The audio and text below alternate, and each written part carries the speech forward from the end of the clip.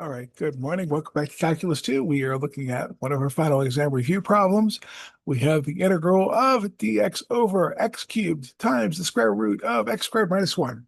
Okay, because I've got a square root of a square here, that is screaming at me. Please use a triangle substitution. So we're going to go ahead and draw a little triangle here.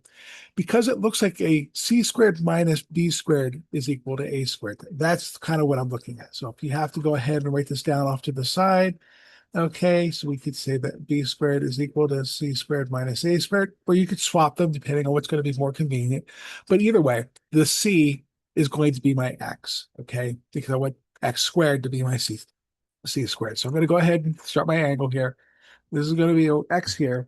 I usually make the adjacent side 1 just because if you have a secant or a tangent, that's usually what we want to set up, or a sine.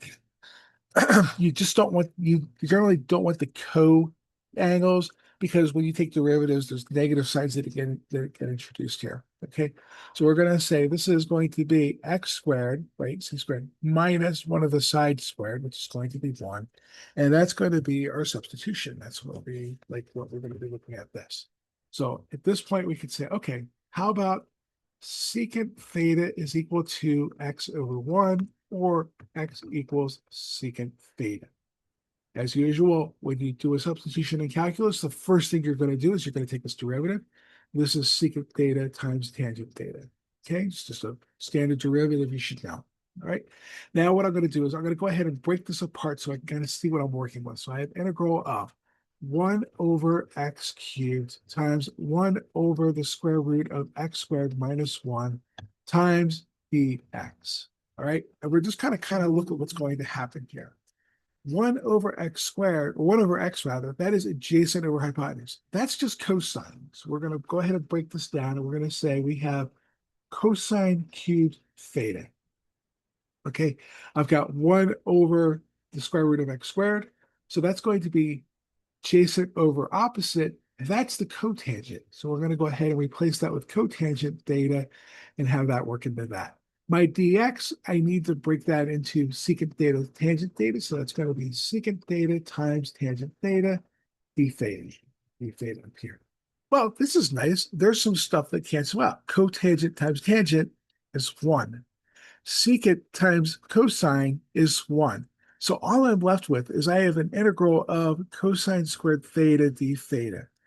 Okay. And then, of course, the whole point of it, well, not the whole point, but like a big part of the class is like, how do I integrate this? Because that's going to be one of the questions you're going to see a lot in Calc 3 is how to integrate this. It's going to be one of the questions you have in your engineering class. How do you integrate this?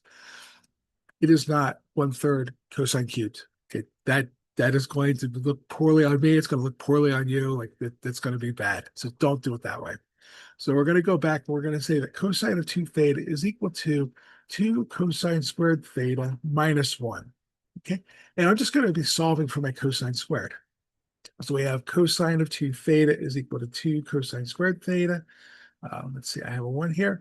So we're going to be able to say that this is going to be cosine 2 theta over 2 plus a half, and that is equal to cosine squared theta. This is what I want to integrate, okay, not the other parts. So we're going to replace this with 1/2 plus 1/2 cosine 2 theta d theta, okay? That's what we're going to be dealing with, right? And now we just have to integrate this. That's not going to be too bad. Okay, so we have 1/2 theta, okay? Plus, don't forget to have your u substitution here. So we're going to end up with a 1/4, that's 2 times 2, sine of 2 theta. If I take this derivative, we get back to what's going on here. Derivative of sine is cosine, and then we're going to have its chain. So that's where the extra 2 comes out here. Okay, so that's what we're going to end up with. Okay, plus c. But we can't leave this in terms of thetas because, well, we didn't start with theta. We started with x's. So we have to go back up to our triangle, and we're going to say, I don't have a 2 theta. So here I have 1/2 theta plus, remember the identity for 2 theta, that's going to be 2 sine theta cosine theta. So that's going to give me 1/2 sine theta cosine theta plus c. Now I can go back up to my triangle and say, okay, well, what the heck is theta? Theta is the arc secant of x. So we could say this is 1/2 secant inverse of x plus 1/2. And now we're going to say, okay, what's my sign? Okay, that's going to be opposite over hypotenuse. So that's just going to be square root of x squared minus 1 over x. So we can go back to that. Okay, square root of x squared minus 1 all over x. And then what's my cosine? Well, we're going to look at that. That's just 1 over x. So that's going to be 1 over x down here. Okay, so 1 over x plus c. We'll clean this up a little bit, but there's not a lot to do here. So my answer is 1/2 arcsecant of x, or secant inverse, which is a lovely graph, a lovely thing to graph, okay? Plus, let's go ahead and make this x squared minus 1 over 2x squared plus c. And that's how you do one of those triangle integration problems like that, okay? So thank you very much for watching the video. Good luck studying. Take care, and I'll see you in the next video.